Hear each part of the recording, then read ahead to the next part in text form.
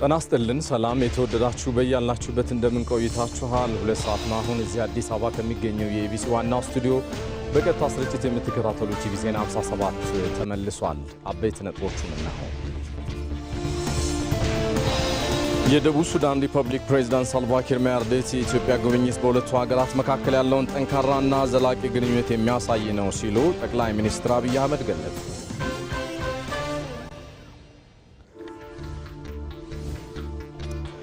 ምክትል ጠቅላይ ሚኒስትር ተመስገን ጥሩነህ የፌዴራሉ መንግስት ተቋማት በቀሪዎቹ 3 ወራት ያላሳኳቸውን እቅዶች በአግባቡ መፈጸም እንደሚጠበቅባቸው አሳሰቡ።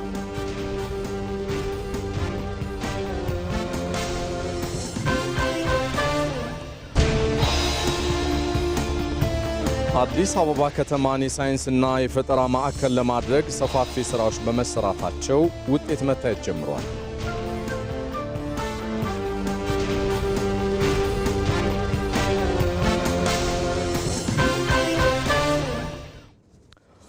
ሰለሞን ኃይለ ኢየሱስ ነኝ። አብራችሁን ዝለቁ። በቅድሚያም ጠቅላይ ሚኒስትር አብይ አህመድ ለደቡብ ሱዳን ፕሬዝዳንት ሳልቫ ኪር ማያርዲት በብሔራዊ ቤተ መንግስት ደማቅ አቀባበል አድርገውላቸዋል። የተደረገላቸውን ደማቅ አቀባበል በተንቀሳቃሽ ምስል አስቀርተናል። ተከታተሉትና እንመለሳለን።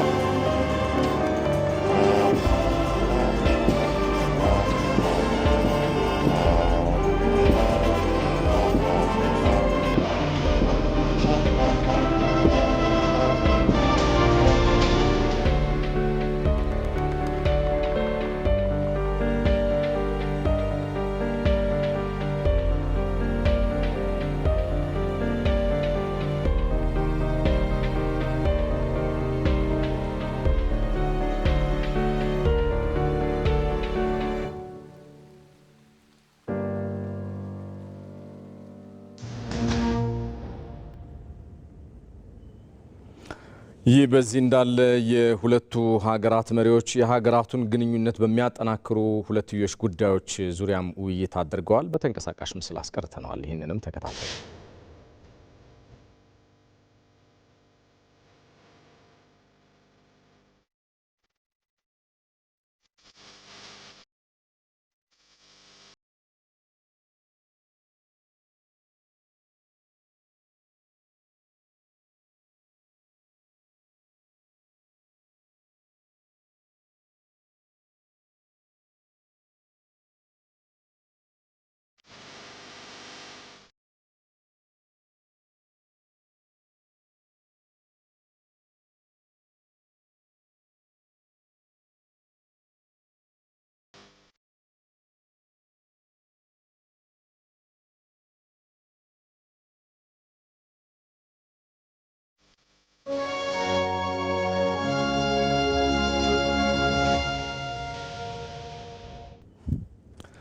በተመሳሳይ ዜና ጠቅላይ ሚኒስትር አብይ አህመድ የደቡብ ሱዳን ፕሬዝዳንት ሳልቫ ኪር ማያርዲትን በኢትዮጵያ ለሚያደርጉት የሁለት ቀናት ይፋ ጉብኝት አቀባበል አደረጉላቸው።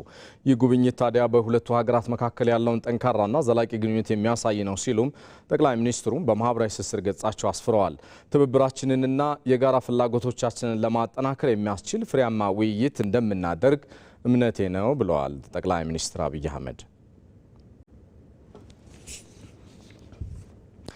ከዚሁ ከሁለቱ ሀገራት ግንኙነት ጉዳዮች አልወጣንም። የኢትዮጵያና የደቡብ ሱዳን ግንኙነት በጋራ ትብብር ላይ የተመሰረተና በጽኑ መሰረት ላይ የተቀመጠ ነው። የሁለቱ ሀገራት ግንኙነት ከችግር ተካፋይነት ወደ እድገት ተጋሪነትም የተሸጋገረበት ነው።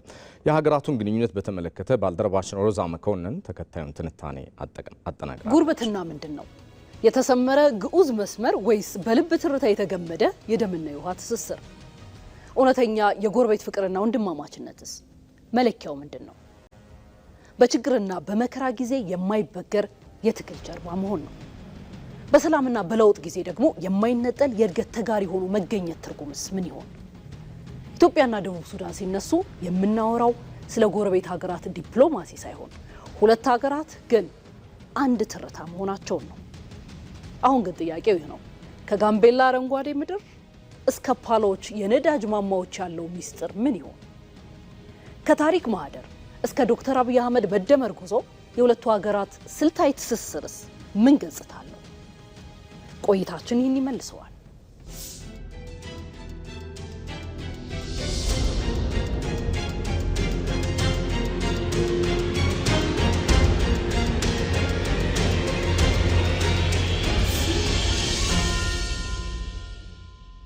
ታሪክ ሲገለጥ የምናገኘው ሀቅ ይህ ነው። የሁለቱ ሀገራት ህዝቦች ታሪክ ልክ ከኢትዮጵያ ተራሮች ተንደርድሮ የደቡብ ሱዳንን ቆላማ ሜዳዎች እንደሚያለመልመው የባሮ ወንዝ እጅጉን የተሳሰረ ነው። ኢትዮጵያ ለደቡብ ሱዳን ሀገር ብቻ አይደለችም፣ መሸሸጊያ፣ ደጀንና የነጻነት መፍለቂያ እንጂ። የኑዌርና የአኝዋክ ማህበረሰቦች አብሮነትን እንደ ድልድይ ሲጠቀሙበት፣ ታላቁ ባሮ ወንዝን ደግሞ የሁለቱን ህዝቦች ጥም እየቆረጠ ለዘመናት ዘልቋል። ይህ ግንኙነት በዲፕሎማሲያዊ ጠረጴዛዎች ላይ ብቻ የታጠረ ሳይሆን በጋራ ችግር፣ በጋራ ተስፋና በጋራ የአንድ የልብ ትርታ የተገነባ ጽኑ መሰረት ነው። ደቡብ ሱዳን ነጻነቷን ስታውጅ ኢትዮጵያ ቀዳሚዋ እውቅና ሰጪ ብቻ ሳትሆን የደስታቸው ደማቅ ተካፋይም ነበረች። ነገር ግን ትናንት የነጻነትን የደገፈው ይህ ታሪካዊ ዳራ ዛሬ በምን አይነት ምህዋር ላይ ይገኛል? እስኪ ጥቂት ሁነቶችን አስደግፈን እንመልከት። ከ2010 ዓ.ም የለውጥ ጉዞ በኋላ ይህ ታሪካዊ ወዳጅነት ወደ ተጨባጭ የኢኮኖሚ የመሰረተ ልማትና የደህንነት ትብብር ተሸጋግሯል። የኢትዮጵያ መንግስት መደመር ላይ መሰረት ባደረገው የውጭ ግንኙነት ፖሊሲውና ፍልስፍናው ጎረቤት ሀገራትን የልማቱ ቅድሚያ ማዕከልም አድርጓል። ጠቅላይ ሚኒስትር አብይ አህመድ በተደጋጋሚ አጽንኦት ሰጥተው እንደሚናገሩት የጎረቤቶቻችን ሰላም የኛ ሰላም ነው፣ የጎረቤቶቻችን ልማት የኛም የገበያና የእድገት እድል ነው።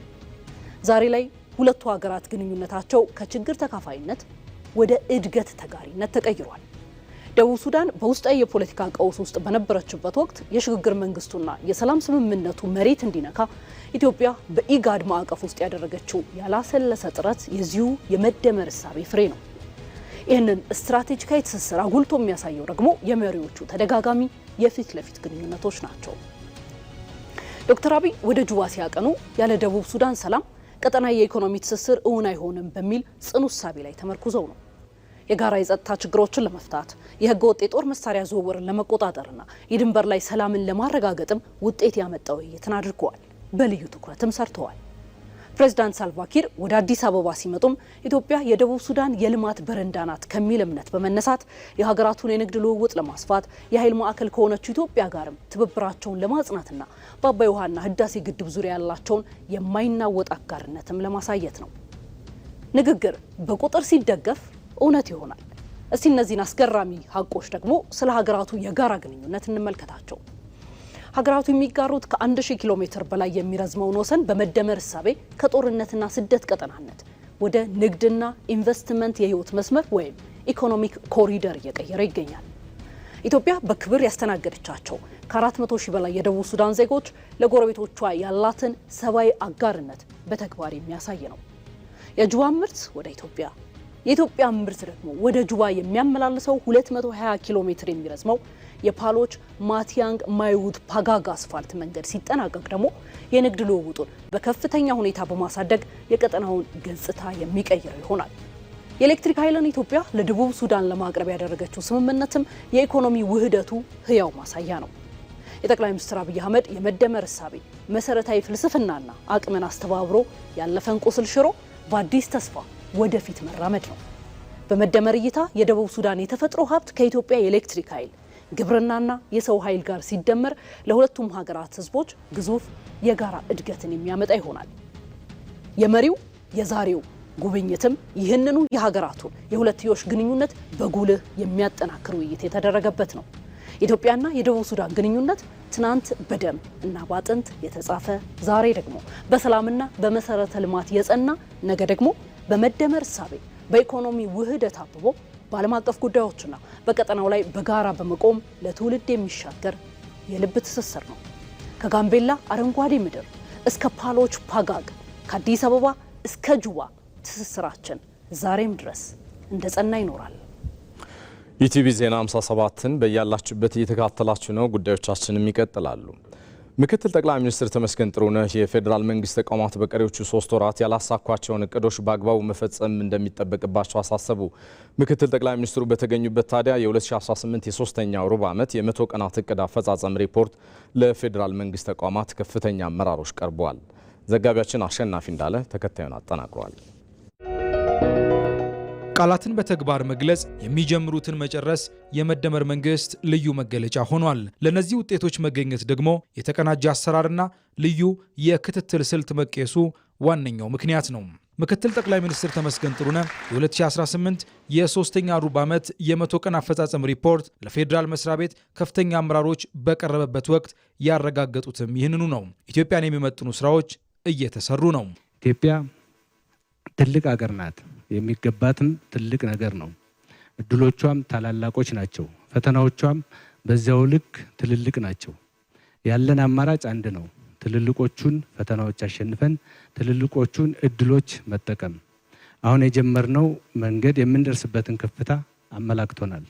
ባለፉት 8 ዓመታት የ800 ዓመታትን ፈተናዎች እየተጋፈጥን እያሸነፍን የ800 ዓመታትን ዕዳዎች እየከፈልን መጠናል። ለነዚህ ፖለቲካዊ፣ ኢኮኖሚያዊ፣ ዲፕሎማሲያዊና ሌሎችም ዘርፈ ብዙ ውጤቶች መገኘት የአንድ እቅድ የአንድ ሪፖርት ስርዓት ተግባራዊ መደረጉ ሌላኛው ምክንያት ነው። አንድ ውጤትን ለማምጣት የተለያዩ ተቋማት የሚያከናውኗቸውን ስራዎች በተደራጀ ሁኔታ አግባብ በመለየት ወደ ውጤት ሰንሰለት የሚለዩበት፣ ለዛ ደግሞ አስፈላጊ የሆኑ ተመጣጣኝ የሆኑ ስትራቴጂክ የሆኑ እርምጃዎች ኢኒሼቲቮች ደግሞ ተግባራዊ የሚሆኑበት ነው ማለት ነው። ኢትዮጵያን ወደፊት የማሻገርና ዘላቂ እድገት የማረጋገጥ ግብ የተሰነቀባቸው እነዚህ ስራዎች ውጤታቸው ለተሻለ ስራ የሚያተጋና በእርግጥም ቅንጅት ሊያመጣ የሚችለውን ውጤት አመላካች ነው። እጅግ ተስፋ የሚሰጥ ያቀድነውን የምናሳካ መንግስት እየሆንን መምጣታችን ነው የሚያመላክተው። ማናቸውም ፈተናዎች፣ ችግሮችን ተቋቁሞ መፍትሄ አምጥቶ ልማትን ማስመዝገብ እንደሚቻል ከምሳሌ የሚሆን መዘገቢያ ያለው የሚለውን በደንብ ልናውቅና ይህንን እንደ ወረት ተጠቅመን በእያንዳንዱ የሚያጋጥሙን ፈተናዎችን ለመወጣት ስንቅ እንደሚሆነን በመግለጽ ነው። የሚያስቆጨው ነገር በዚህ ችግር ውስጥ እንደዚህ ከሰራን ደግሞ ብንረጋጋ ምን ያህል መስራት እንደምንችል ያሳየ ነው። በፈተናዎች ውስጥ የተገኙ እነዚህ በጥብቅ ዲሲፕሊን የሚመሩ ስራዎች ውጤታማነታቸው እንዲቀጥሉ ቀሪ ጊዜያት ክፍተቶችን የማረም ስራ የሚሹ ናቸው። በቀሪ ወራት በ5 ዓመት ያሰብነውን ያቀድነውን መፈጸም አለብን። ቀሪ 3 ወራት አሉን።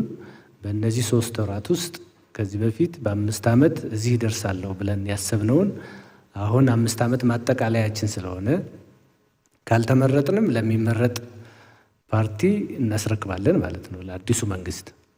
ከተመረጥንም ደግሞ እዚህ ደርሰናል፣ የሚቀጥለው ደግሞ ብለን እንድንነሳ የሚያስችል ነገር እንዲኖር ከዚህ በፊት ያቀድነውን ሽክፍ አድርገን ልቅም አድርገን መፈጸም አለብን። ሌላ ጊዜ ስለሌለን ይቺ 3 ወር ብቻ ናት። ይህን ለማድረግ ደግሞ ዝም ብለን በኖርማል ሁኔታ ከተጓዝ ልንፈጽመው አንችልም። እንደምናየው ነው የዓለም ሁኔታ በጣም ዲስረፕትድ ነው። እኛ አካባቢ ያለው ሁኔታም በዙሪያችን ያለውም ተመሳሳይ ነው። ወደ ልማት ወደ ምን ሳይሆን ስንዴ ወደ መፈለግ የሚሄድ ነው፣ ወይም ደግሞ ጦርነት የሚፈልግ ነው፣ ወይም ደግሞ በሌላ ሀገር ጥገኝነት የሚኖር አካባቢ መንግስታት ያሉበት ነው ሁላችሁም እንደምታዩት። እኛ ትኩረት እና ፍጥነት የሚያስፈልገው ስራ መስራት አለብን በዚህ 3 ወር ውስጥ። የ2018 የሶስተኛ ሩብ ዓመት የ100 ቀን አፈጻጸም ከሰሞኑ በጠቅላይ ሚኒስትር አብይ አህመድና ካቢኔያቸው መገምገሙ ይታወሳል። የአዲስ አበባ ከተማ ከንቲባ አዳነች አቤቤ 11ኛውን ከተማ አቀፍ የሳይንስ ፈጠራ ስራ አውደ ርዕይ አስጀመሩ። አዲስ አበባ ከተማን የሳይንስና ፈጠራ ማዕከል ለማድረግ ታዲያ ሰፋፊ ስራዎች በመሰራታቸው ውጤት መታየት መጀመራቸውንም ከንቲባዋ ተናግረዋል። ይመራደም ከዚህ በፊት ብዙ ችግሮች የነበሩበትን ቦታ እንደ አዲስ በብዙ የፈጠራ ስራዎች ታግዞና ውብ ሆኖ በተሰራው አራዳ ፓርክ ላይ የአዲስ አበባ ከተማ አቀፍ የሳይንስ ፈጠራ ስራ አውደ ርዕይን ከንቲባ አዳነች አቤቤ በይፋ አስጀምረዋል። ይህ የፈጠራ ባለቤቶች በአንድ ላይ የተገናኙበት መድረክም የፈጠራ ስራዎች ወደ አደባባይ ወጥተው እንዲታወቁ እድልን የሚፈጥር ነው። የፈጠራ ስራዎቻቸው እንዳይደበቁ የበለጠ ለማስተማር ለሌሎች ልምዳቸውን፣ ስራዎቻቸውን፣ ዕውቀታቸውን፣ ሀሳባቸውን የሚያካፍሉበት የውድድር መንፈስን በመፍጠር ለበለጠ ፈጠራና የሚፈጥሩ አእምሮዎች ይበዙ ዘንድ የምናደርግበት ዋና መድረክ ነው። ይህንን ዓላማ መነሻ በማድረግ ተማሪዎች ዛሬ እዚህ እያሳዩን ያሉት ትልልቅ የፈጠራ ውጤቶች፣ መምህራኖች እዚህ ይዘው የቀረቡት የፈጠራ ውጤቶች ስናየው ጅማሮ ትንሽ ቢመስልም ለሀገራችን ዛሬ በተለይም ከተማችንን ስማርት ሲቲ ለማድረግ ለምናደርገው ጥረት ትላልቅ ብስራቶች አድርገን እንመለከታቸዋለን። ሁለንተናዊ ብልጽግናዋን ለማረጋገጥ እየታተረች ላለች ሀገር ኢትዮጵያ አሁን የሚያስፈልጋት ችግር ማውራት ወይስ ለችግሮች መፍትሄን ይዞ የሚመጣ ፈጠራ እንደማለት ነው ጉዳዩ። ዛሬ በሀገራችን የሚያስፈልገን ችግሮችን ደጋግመን ማውራት አይደለም። ችግሮችን ደጋግመው የሚያወሩ ብዙ አሉን። ነገር ግን ከችግሩ በላይ ከፍ ብለው በፈጠራ በሳይንስ መፍትሄ ይዘው የሚመጡ ጥቂቶች ናቸው። እነኛን ጥቂት ቁጥሮች ማብዛት እንሻለን። የኛ ተማሪዎች፣ መምህራን ከችግሩ በላይ እንድንራመድ ለችግሮች መፍትሄ እንድናፈልቅ ያፈለቅነውን መፍትሄ ደግሞ ወደ ውጤት ቀይረን ለሀገራችን ብልጽግና ብዙ ግብአቶችን ይዘን እንድንመጣ ይጠበቅብናል። እንደ ከዋክብት ደምቀው እንደ ድል ሐውልት ገዝፈው ይታዩ ዘንድ የነገ ሀገር ተረካቢዎቹ ተማሪዎች ከቃል ነበብ ወጥተው ብርቱ አሰላሳይ፣ ችግር አማራሪ ሳይሆኑ ችግርን ተገዳድረው አሸናፊ መሆንን ይጠበቅባቸዋል። የፈጠራ ስራና ምርምርን ለማሳደግ የወሰድነውን ቁርጠኝነት እያንዳንዱ ተማሪ እውቀት ተጠቃሚ ብቻ ሳይሆን ተጠባቢ መሆኑን አመላካች ነው። ለሀገራችን ብልጽግና እመርታ፣ ለስልጣኔችን ከፍታ፣ ለእድገታችን አድማስና ለሕዝባችን ልዕልና ሀሳብ አፍላቂ ተስፋ ፈንጣቂ ትውልድ መፍጠር ከሁላችንም ይጠበቃል። ከወዳደቁ የብረት ቁርጥራጮች የእርሻ ትራክተር የሰራው የ10ኛ ክፍል ተማሪው ሀብታሙን ጨምሮ ሌሎች ፈጠራቸውን ይዘው የቀረቡ ተማሪዎችም ሀገርን ስለመለወጥ የተስፋ ባለቤቶች ናቸው። ይህ ነገር ሀገራችን ላይ ተመረተና ለገበሬው ተደራሽ ሆነ ማለት የሀገራችንን ገበሬ ችግር ቀረፍን ማለት ነው። ይሄኛውን እኔ አቅም ስለሌለኝ ነው እንጂ በዲዝል ወይም ቤንዚል እንዲጠቀም ያደረኩት ፕሮፖዛሌ ምንድነው በኤሌክትሪካል መስራት እንዲችሉ ራሳቸውን እያደሱ መጠቀም እንዲችሉ ከኤንቫይሮንመንታችን ጋር ተስማሚ እንዲሆኑ አድርጌ ነው ዲዛይኑን ያደረኩት። ይሄ አይነት አውደ ርዕይ እንዲህ አሁን በዚህኛ እድሉን አግኝተን ይሄንን ስራችንን ለማሳየት በቅተናል። ከዚህም በላይ እጅግ የሰሩ ሌላም ተደብቀው የቀሩ ውጤቶች ከዚህ በላይ መታየት ያለባቸው የፈጠራ ስራዎች ይኖራሉ አምናለሁ። ይህ በርካታ ፈጠራዎች የቀረቡበት 11ኛው ከተማ አቀፍ የሳይንስ ፈጠራ ስራ አውደ ርዕይ በሳይንስና ፈጠራ የተካነ ትውልድ ለተምሳሌታዊ ሀገር በሚል መሪ ሀሳብ ለተከታታይ 2 ቀናት የሚቆይ ነው።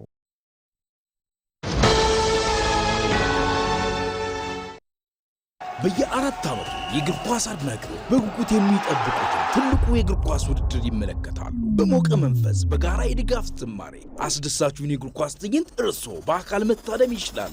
እድሜ ለቪዛ! በኢትዮጵያ ንግድ ባንክ ቪዛ ካርድ የግብይት ክፍያውን ሲፈጽሙ የዓለም ዋንጫ የእግር ኳስ ጨዋታዎችን በቀጥታ መመልከት የሚያስችሉትን ዕድል ያገኛሉ። ነካ አድርገው ከፍለው ወደ ፊፋ 2026 የዓለም ዋንጫ ይጓዙ።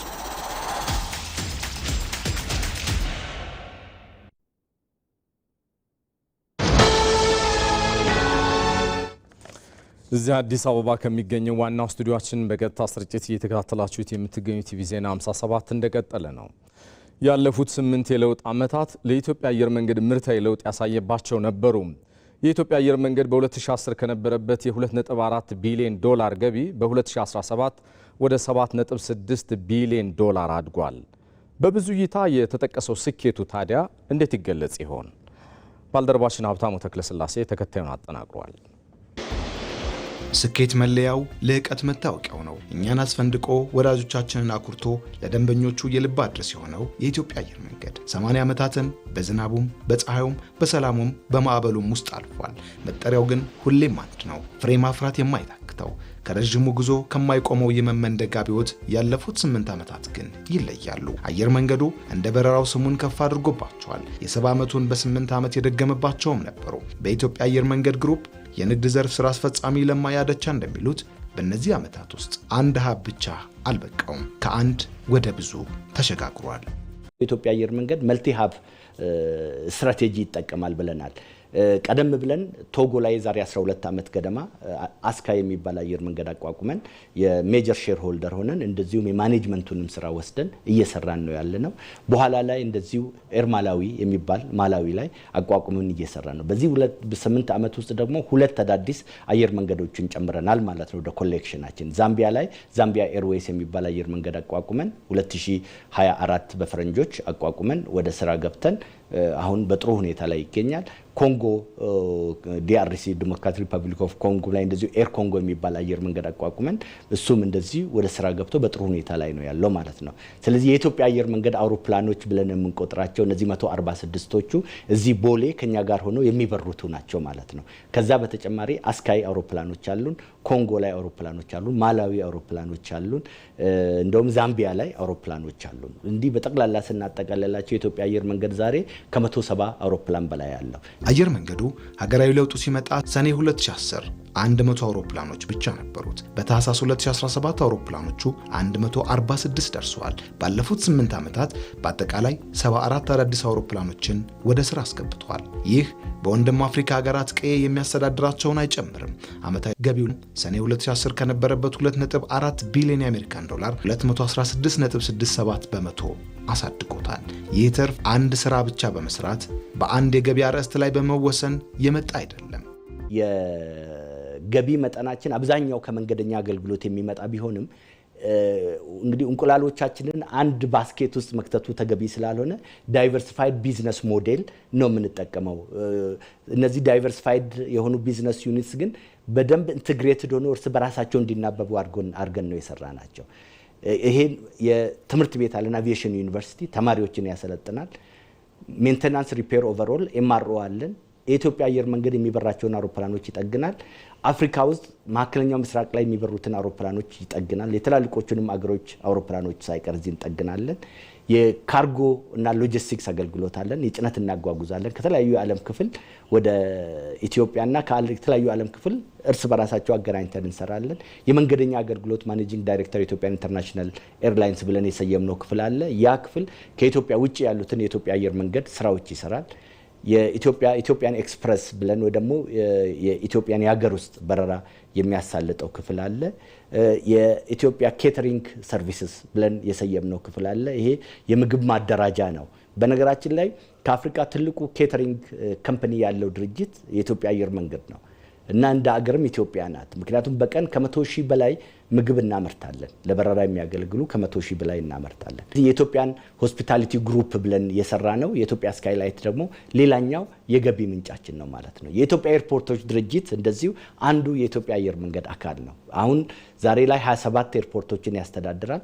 በሚቀጥሉት ጊዜያቶች ወደ አፍሪካ ተስፋፍተን አፍሪካ ውስጥ የተለያዩ የኤርፖርቶችን ሰርተን ገንብተን ለማስተዳደር አቅመዋለን ማለት ነው እና እነዚህ ሁሉ አንድ ላይ ተጠራቅመው የኢትዮጵያ አየር መንገድ በ80 ዓመት ጊዜው አቺቭ ያደረጋቸው ሰክሰስ ስቶሪስ ናቸው ማለት ነው። ከአውሮፕላን ጥገና እስከ ስልጠና፣ ከምግብ ዝግጅት እስከ ሆቴል መስተንግዶ፣ ከኢኮሜርስ እስከ ማኑፋክቸሪንግ ሁሉም ገቢው ላይ ጡብ ያስቀምጣሉ።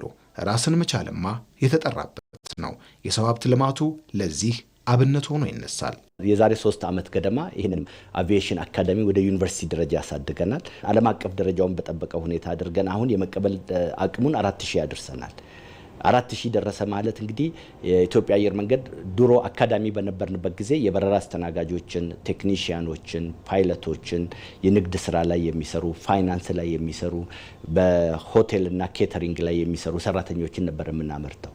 አሁን ከዛም አልፈን በኤሮኖቲካል ኢንጂነሪንግ፣ በአቪዬሽን ሜንቴናንስ እንደዚሁም በሆስፒታሊቲ ቢዝነስ የመጀመሪያ ዲግሪና የማስተርስ ዲግሪ እየሰጠን እንገኛለን ማለት ነው። ባለፉት 8 ዓመት ጊዜ ውስጥ ብቻ ይሄ ትምህርት ቤት ከ10,000 በላይ ተማሪዎችን አስተምሮ አስመርቀዋል። ከእንግዲህ እነዚህ 10,000ዎቹም ተማሪዎች 99 በመቶ በሚባል ደረጃ በኢትዮጵያ አየር መንገድ ተቀጥረው እየሰሩ ይገኛሉ ማለት ነው። አየር መንገዱ የመሰረተ ልማት ግንባታው የእድገት ቁልፉ መሰላል ነው። ተርሚናሎቹን አስፍቷል፣ አስፈላጊ መገልገያዎቹንም አብዝቷል። ከ64 ዓመታት በኋላ ደግሞ በቅርቡ ሌላ ስኬቱን ያሳየናል። በ80 ሚሊዮን ዶላር ወጪ የተገነባውንና ሁሉንም የድርጅቱን የሥራ ክፍሎች የሚይዘው አዲሱ ዋና መስሪያ ቤትን ያስመርቃል። አየር መንገዱ ቱሪዝም የእኔው ነው ብሎ እየተሳተፈበት ያለ አንኳር ዘርፍ ነው። ሀላላ ኬላን የኢትዮጵያ አየር መንገድ አካል የሆነ የኢትዮጵያ ስካይላይት ያስተዳድራል። ጨበራ ጩርጩራን እንደዚሁ ስካይላይት ያስተዳድራል። ወንጪ ላይ የኢትዮጵያ አየር መንገድ ያስተዳድራል። ከኢትዮጵያ አየር መንገድ ከሚያስተዳድራቸውም ውጪ እንደምታውቁት ጅግጅጋ ሐይቅ ላይ፣ ባህር ዳር ላይ የተለያዩ ቦታዎች ላይ የተሰሩ የቱሪስት መዳረሻዎች ስላሉ ያንን የሚመጥን አስተሳሰብ ሊኖር ይገባል ብለን ራዕይ 2040 ሰንቀን እየተንቀሳቀስን ነው። አሁን የኢትዮጵያ አየር መንገድ በዓለም አቀፍ ደረጃ በከፍተኛ የካርጎ ጭነት አቅም ከአፍሪካ አልፎ በዓለም አቀፍ የአቪዬሽን ኢንዱስትሪ ውስጥ ተጽዕኖ እየፈጠረ እሱስ የሁላችንም ነው ተሰኝቷል። 8ቱ የለውጥ ዓመታትም ባለውለታ ናቸው። ካለፈው መጪው እንደሚበልጥም በአንክሮ አስመስክሯል። መብቷን ነው እየጠየቀች ያለችው፣ የባህር በር መብቷን። ለ3 አስርተ ዓመታት ታፍኖ የኖረውን የኢትዮጵያን የባህር በር ጥያቄ ከቀጠናችን አልፎ ዓለም አቀፍ እውቅና እንዲሰጠው ማድረግ ችሏል። በምን አይነት የውጭ ግንኙነት መርህ ነው ኢትዮጵያን የባህር በር ባለቤት የምታደርጓት? አንድ የባህር በር ሳይሆን ከሁሉም ጋር በምንፈጥረው ብልህነት የተሞላበት ጥበብ የተሞላበት ዲፕሎማሲ የባህር በር እናስገኛለን። እንዴት ይመለስ ነው? በዲፕሎማሲያዊ መንገድ ማስመለስ ይቻላል። የኛው ስለነበር መጀመሪያው የኢትዮጵያን ብሔራዊ ጥቅምና ፍላጎት በዓለም አቀፍ መድረክ ላይ ይበልጥ ተደማጭና ተጽዕኖ ፈጣሪ የሚያደርግ አማራጭ የዲፕሎማሲ መንገድ ያቀረበላችሁ የትኛው የፖለቲካ ፓርቲ ነው? ህብረ ኢትዮጵያ ዲሞክራሲያዊ ፓርቲ ሰላምን ያስቀደመ አሁንም እንደገናም ሰላምን ያስቀደመ የዲፕሎማሲ መስመርን ይከተላል። ዲፕሎማሲያችንን ከሀገር ውስጥ ሆኑ ከውጭ በሚኖሩ ኢትዮጵያውያን የጋራ አንድነት ላይ የሚቆም አድርጎ መቅረጽ የኢዜማ ዋነኛ የፖሊሲ አቅጣጫ ነው። ነጻነትና እኩልነት ፓርቲ መንግስት ቢሆን የጣምራ ዜግነት ፖሊሲ ይከተላል። የውጭ ግንኙነታችንና ዲፕሎማሲያችን ተጠባቂ ግብ ሀገረ መንግስት ግንባታ ነው ብለን እናምናለን።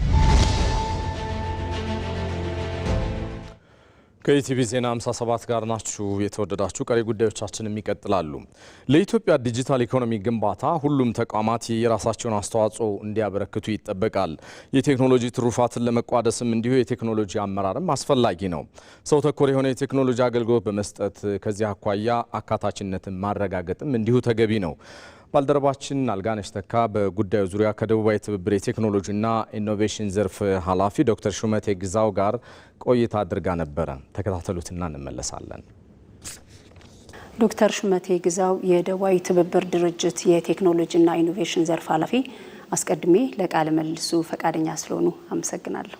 እኔም አመሰግናለሁ። መልካም። እስቲ የዲጂታል ሊደርሺፕ ስንል ምን ማለታችን ነው? ምርትን በጥራት በፍጥነትና በብዛት ለማምረት፣ አገልግሎትን ጥራት ያለው ለማድረግ፣ ተገቢ አገልግሎት ለተገልጋዮች ለመስጠት፣ ከዛም ባለፈ ለተገልጋዮቻችን ተገቢውን እርካታ እንዲያገኙ ለማድረግ፣ የረካ ተገልጋይ እንዲኖረን ለማድረግ በተቋማት ደረጃ የሚገነባ የተቋም የአሰራር ስርዓት ነው። ተቋማት ምርታማ እንዲሆኑ እንደ ተቋምም እንደ ሀገርም ጥሩ የቴክኖሎጂ ትሩፋቶችና ምርቶች ተጋሪ ለመሆን አስፈላጊ የሆኑ ቴክኖሎጂዎች ብቻ ሳይሆን አስፈላጊ የሆነ የቴክኖሎጂ አመራር፣ የቴክኖሎጂ አተያይና የቴክኖሎጂ ፖሊሲ እንደ ተቋምም እንደ ሀገርም ያስፈልገናል ማለት ነው።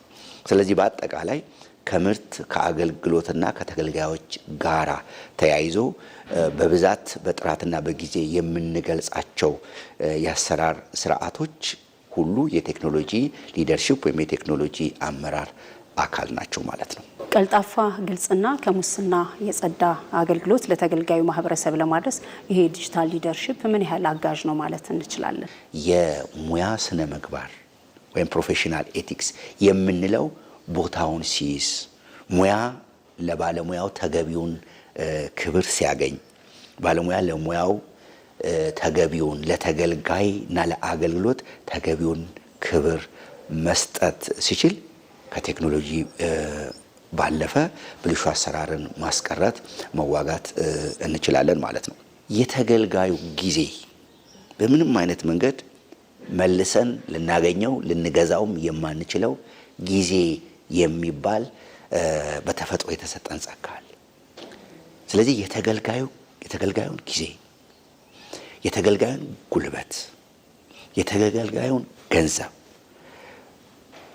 በዋናነት ደግሞ የተገልጋዩን የሞራል እና የስነ ልቦና ታሳቢ ባደረገ መልኩ ምርትን የሚያመርቱና አገልግሎት የሚሰጡ ተቋማት አገልግሎቶቻቸውን በቴክኖሎጂ ማዘመን ይጠበቅባቸዋል ማለት ነው። እነዚህ ሁሉ ታሳቢ የተደረጉለት ተገልጋይ አለን። እነዚህ ሁሉ ታሳቢ ያደረገ የተቋማዊ ለውጥ ወይም የቴክኖሎጂ አሰራር ስርዓት መዘርጋት ይጠበቅብናል ማለት ነው።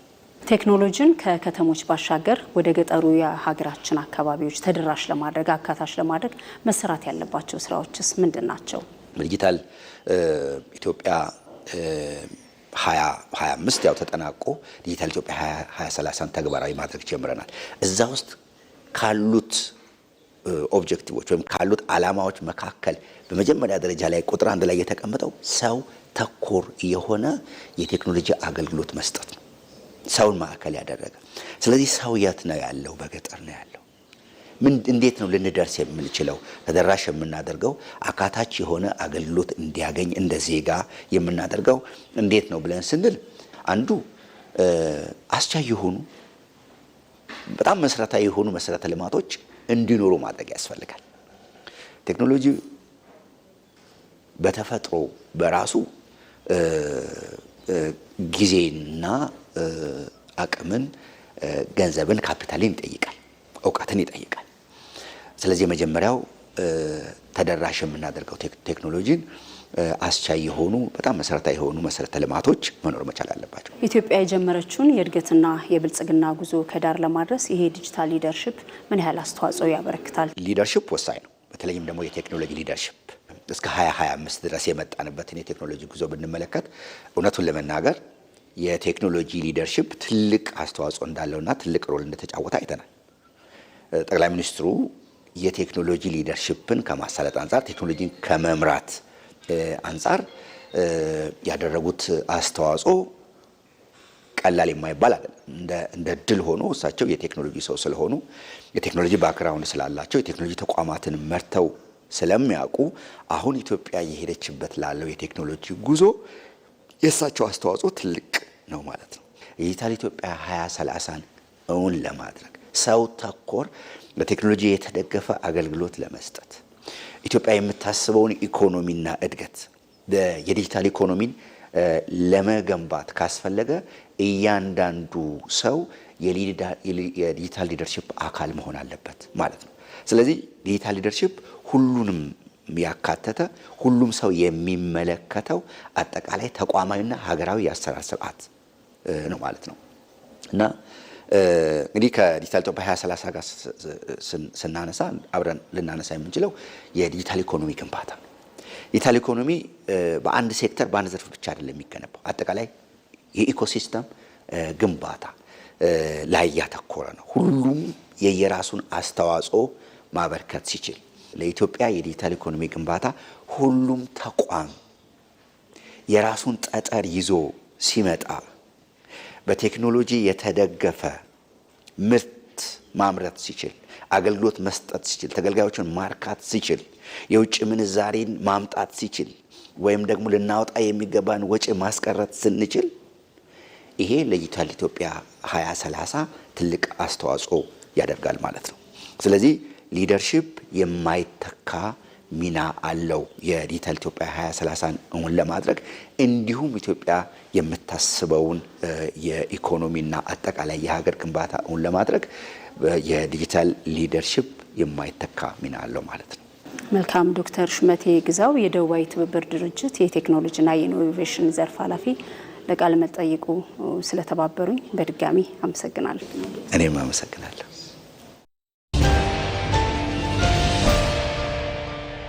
ከኤክስፖርት አንጻር ምን አደረገ? እንዴት ይለካሉ? በውጤት አንጻር እንገምግመው።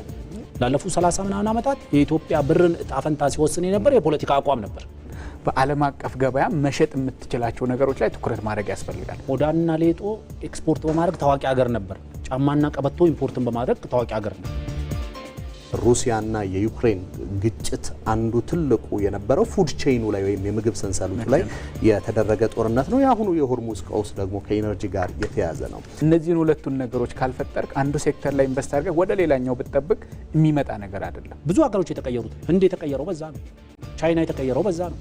ትልቁን የውጭ ምንዛሬ ግኝት ያስገኘ ወርቅ ነው። በደስታ የተሞላ ሌሊት ልናሳልፍ እንችላለን። ግን ኔክስት ማርኬት ላይ ስንገናኝ ሁላችንም ሽንኩርት ተራም፣ ጎመን ተራም፣ በግ ተራም፣ በሬ ተራም ስንገናኝ ግን ይዘነው የሄድነው ብር 1 ኪሎ ሽንኩርት የማይገዛበት ሁኔታ ይፈጥራል።